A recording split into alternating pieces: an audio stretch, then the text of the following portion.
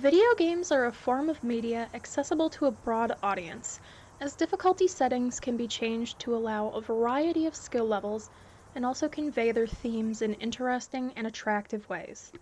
By synthesizing literature and art in one easily consumable form, game developers are able to create living worlds with highly interactive stories, communicating even difficult concepts in ways that every player and layman can understand. The ability for games to make themselves comprehensible to all makes it a rare open door for political, social, and philosophical critique and discourse.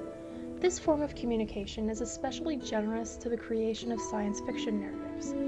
Instead of merely having to imagine these disparate places and events, the player is immediately placed within the narrative as an active force, both actor and audience. When discussing the consequences of climate change, video games become an effective method of assisting an audience in understanding the possibilities before them, and posit what can be done to prevent worse damage to our planet. The beauty of a video game is that a player can experience being both a human and a non-human actor within a created narrative space. This duality allows both climate change and science fiction to come together, presented within the effective form of art that is the video game. And in doing so, they communicate important ecological philosophy and science as they do so. In an era where the population of our planet is confronted with the very real possibility of climate change-induced disaster, it leads us to seek answers as how to best avoid the destruction of our biosphere.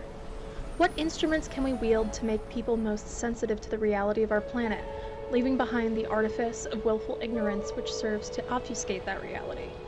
I posit that the instrument best articulated to communicate this material truth is the video game, and many game developers have already created these interactive narratives as a direct response to climate change.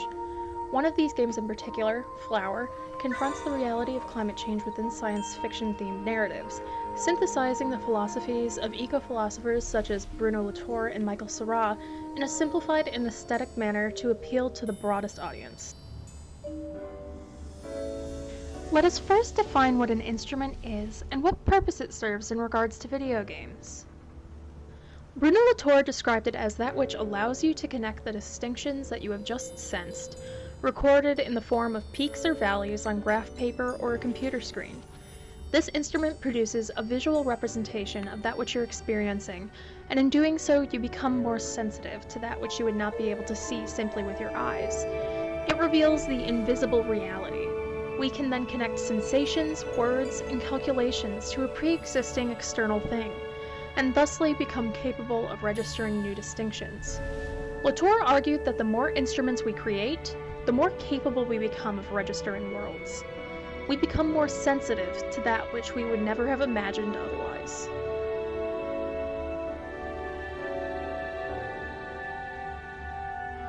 This broadening of horizons invites what Kim Stanley Robinson in an interview with Nature Culture called the technological sublime. Instruments become that which invokes our sense of beauty and terror instead of the natural world. Our concept of what inspires awe in us is constantly shifting to accommodate our ever-evolving technology. The sublime is needed to communicate these shifting realities that we are becoming sensitive to.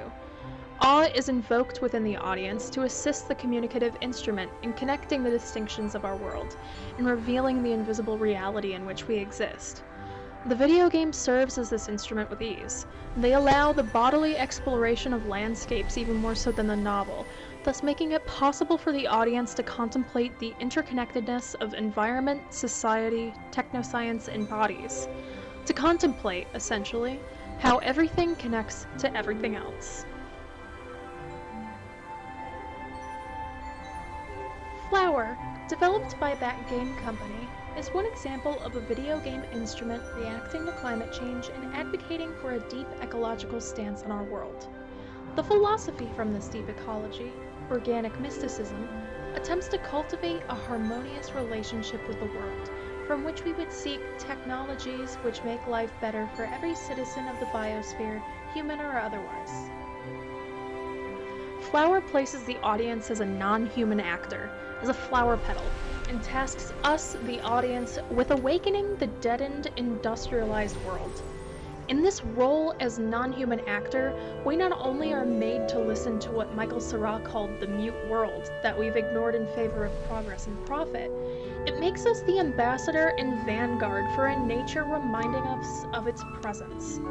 In this creation of presence, the audience sees how nature attempts to grow a symbiotic relationship among all organisms.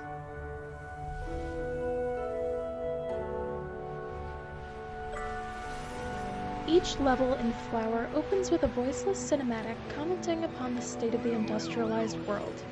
As the focus dilates within the first cinematic, we see beyond the beautiful lights of rushing cars to the way that towering metal constructs tower over all, invoking an oppressive sense of industrial power. Light and color are the only touch of warmth, and they are vastly exceeded by the deadened gray of this heavily industrialized city. We then meet our non-human actor and protagonist. A flower, rising from tall, vibrant grass, blossoms, and we gain control.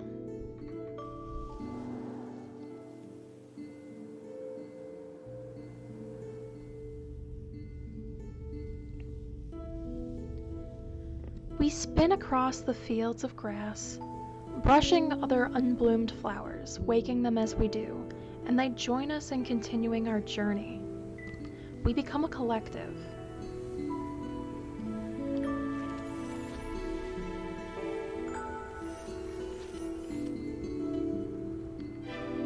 We then touch a cluster of flowers, and upon their waking, they revitalize the ground around them, the yellow-gray grass transforming into a vibrant green.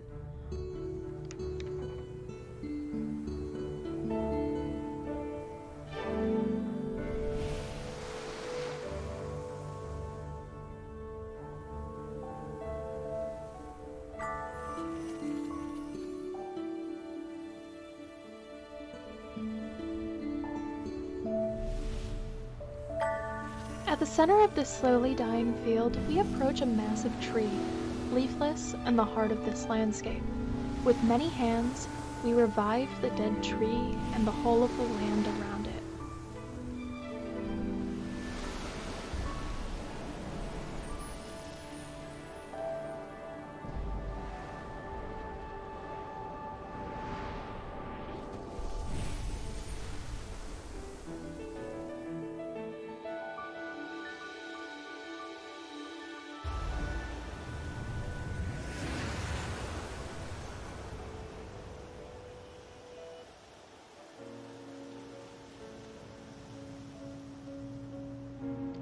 The second level opens with an entirely gray, concrete view of the city. Every possible avenue for growth of nature has been paved over, and in its place is a smoggy sky and litter upon the ground.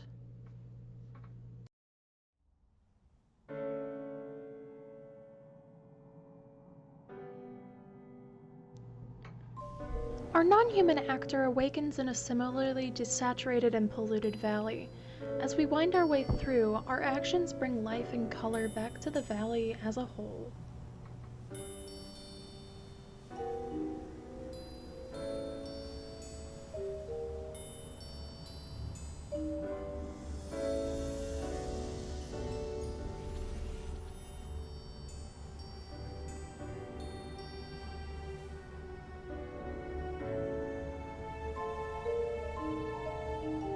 We crawl to the crown of this valley, the stone outcroppings, and we restore them to their natural state, opening to the sun and the elements, to a new reality, instead of that oppressive state which kept our flowers inside their enclosed circle from escaping.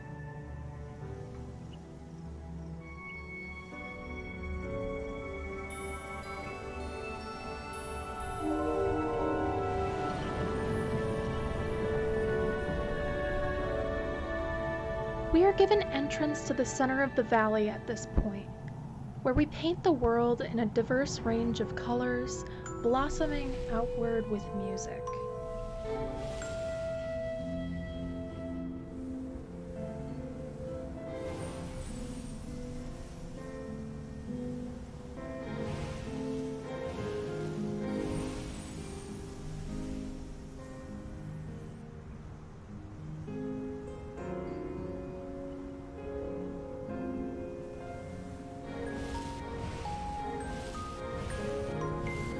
The music itself is the realization of the voiceless world. The revivification of the land is made a beautiful, joyful experience, a sublime experience, which we, as the actant, help to create.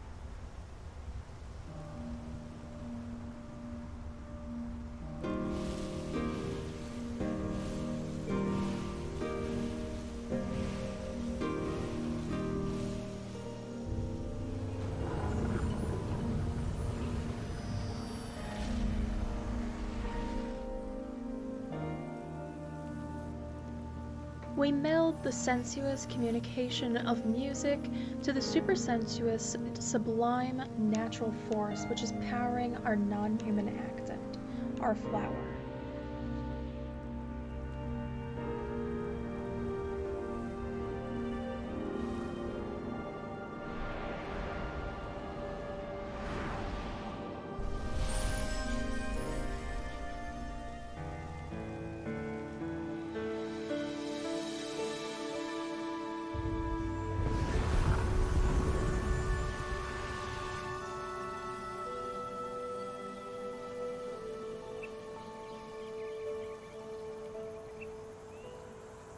Once we're brought back to the main menu, we notice how our view of the city changes with each area we regenerate.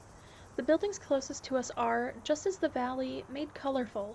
We see in the distance the top of a tree, and the sky is blue.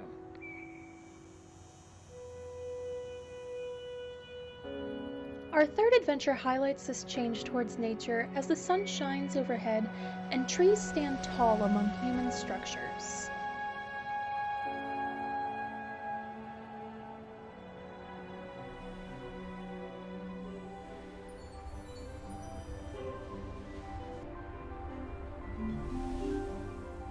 This level in particular communicates to us a sustainable source of energy that we underutilize, the wind turbine.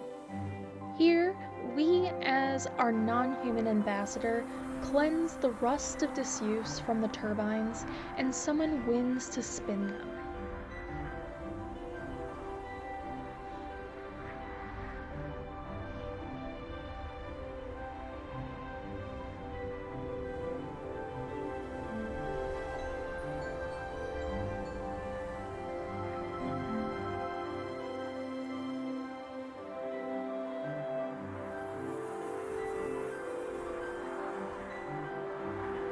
As Robinson says, the more we know, the more we may be able to act on behalf of humanity and the biosphere of Earth.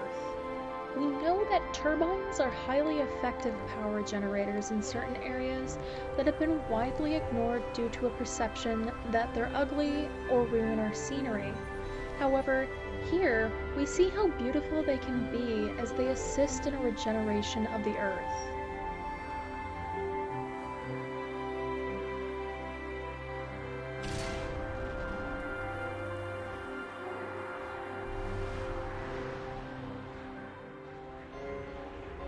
Our flower petal advocates for a sustainable form of power generation that doesn't poison the biosphere and is an actualized form of natural healing. It undoes the slow violence we perpetuate upon our world as humans. With all the turbines revived, we're sent flying through a crevasse, and we exit to the setting sun lighting up a wind farm.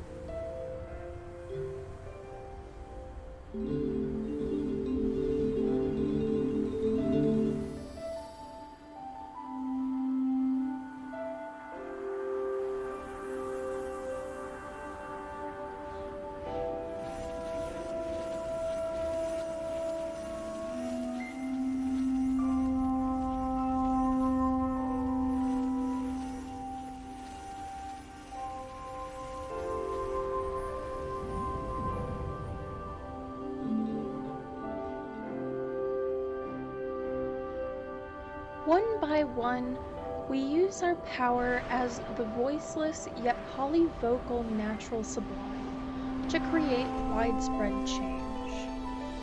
And we see the grass lighting up underneath the power of the sun, reflecting that power within the earth.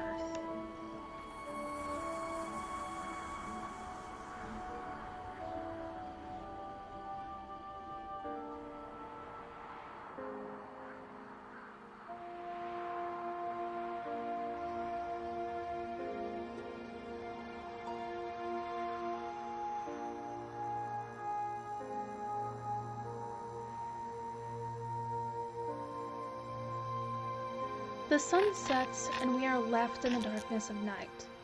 Yet, there is warmth to this night. It's not full dark, no stars.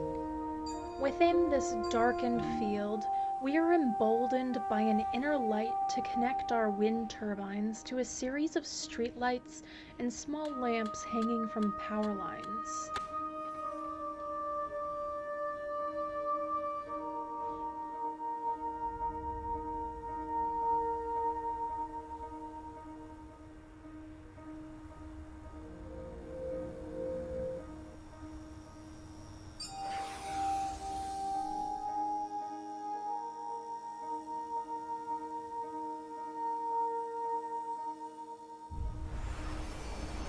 We wield the power created by our turbines and our inner light to weave within grass and imbue the land itself with sustainable energy.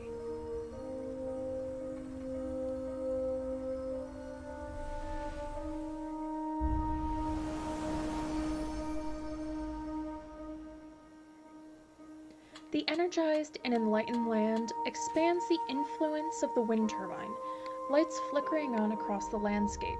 The land itself is a kind of untapped energy which gives of itself to power human constructs, not from violence, but from a touch with the sublime. It is a form of symbiotic production which lights this night, only to be broken once violent industry, built on poisoning the earth, attempts to reassert its authority over nature.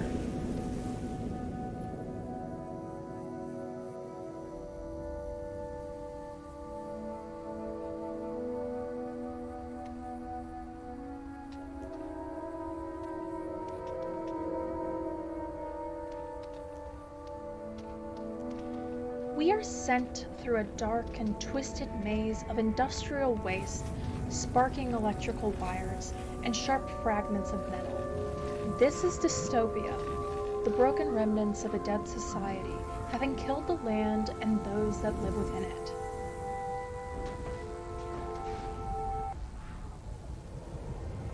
Our petal lands, blossoms into flower, and waits.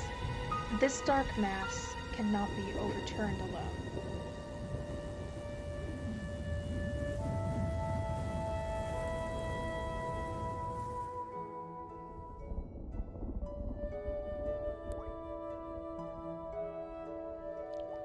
Rain brings a promise for new life, even among polluted land and sky.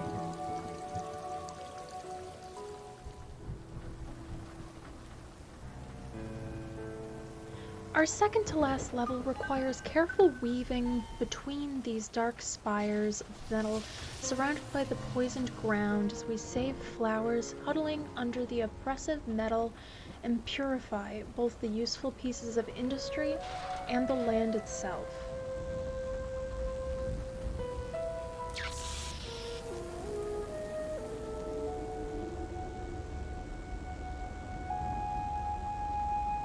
These spires of twisted metal sprout from the ground like corrupt flowers, and for the first time we see the way this becomes violence upon the land, as our collective petals can be harmed, burned, and killed in the conflict between nature and industry.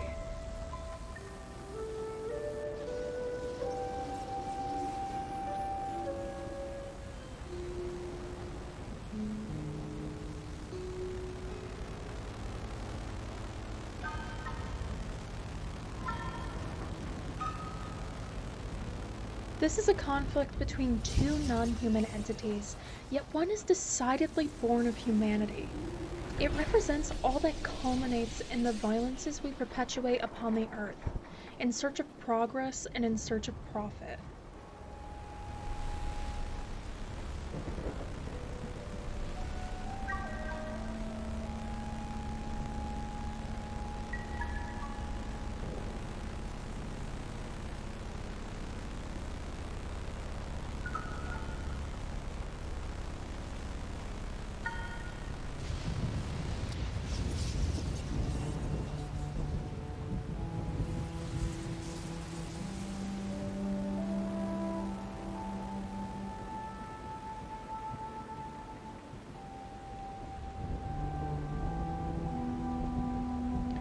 Flower, in destroying this industry in an aesthetic revolution, is advocating for an important change which takes many steps.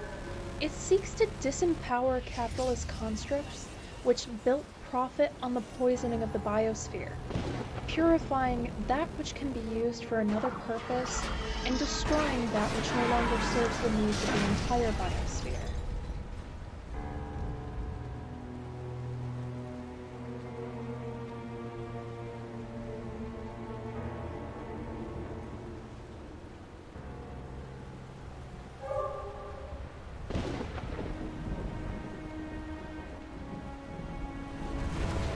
Our current petal can go no further. It's kept out of this city by its massive walls and gates. But that is not the end of nature's desire to create a balanced biosphere. Another flower rises where our petal falls, and it takes up the burden of revolution upon the doorstep of this broken city.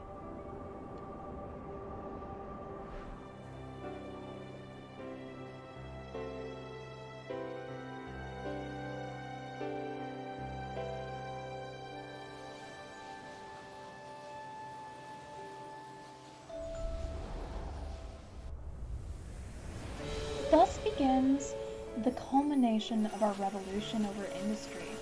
We bloom at the gates of the closed and walled, polluted city, and utilizing our power as the natural sublime, we destroy the gate.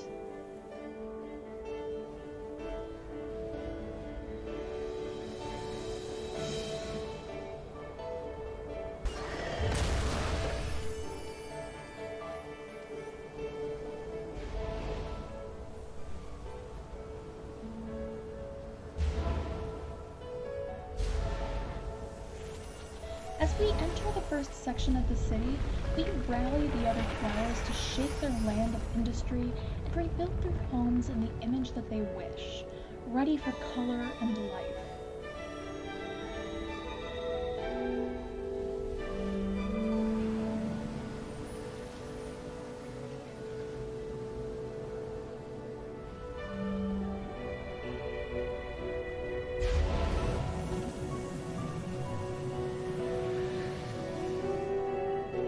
Instead of a natural revolution creating destruction, it undoes destruction. It brings warmth and life back into the landscape of both nature and humanity. It raises both human and non-human from the ashes of a possible dystopia.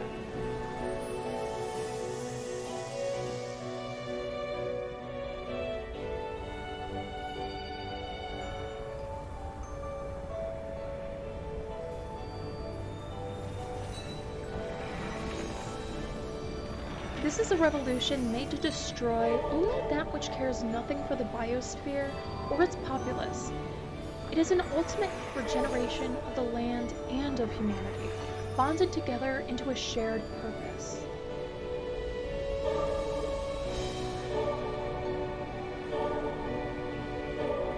We repeat these acts of regeneration throughout the city. We all live together. We rush across broken down highways and up into the spires of capitalist industry to strike at its heart.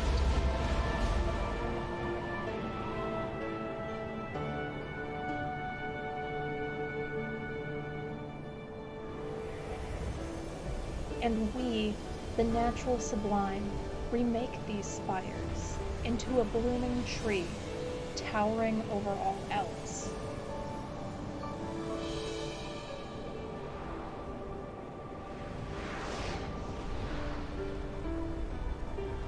We end back within our window, overlooking a now regenerated city full of color and life.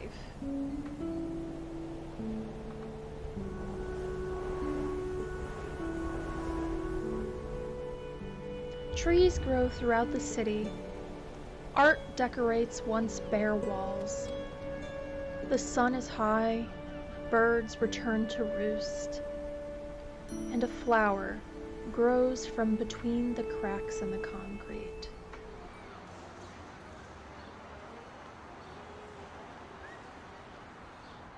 And then we, the audience, return to our window where we can hear the sounds of jazz and playing children. When we crawled our way as the natural sublime up the construct of industry and remade the city in a more beautiful image, it attempts to communicate a message back to us, the human audience. It breaks the fourth wall. This kind of world, free of that which is poisoning our earth, is possible should you, sitting in your window, take action. It holds out this message to us, and hopes to implant this as a possible answer to our current climate change dilemma. It forces us to further connect and interact with the realities of climate change and the solutions the natural sublime has provided through the narrative. It says, pair yourself with nature, with a biosphere which has the possibility of sustaining all life, human and non-human alike. We are all not only human, we are the flower petal, the flower, the wind, the earth. In this, Flower constructs a rebalance of the biosphere which might be frightening at times, but the theme is ultimately comforting. We are not alone, and we can, through our actions, revive our dying planet.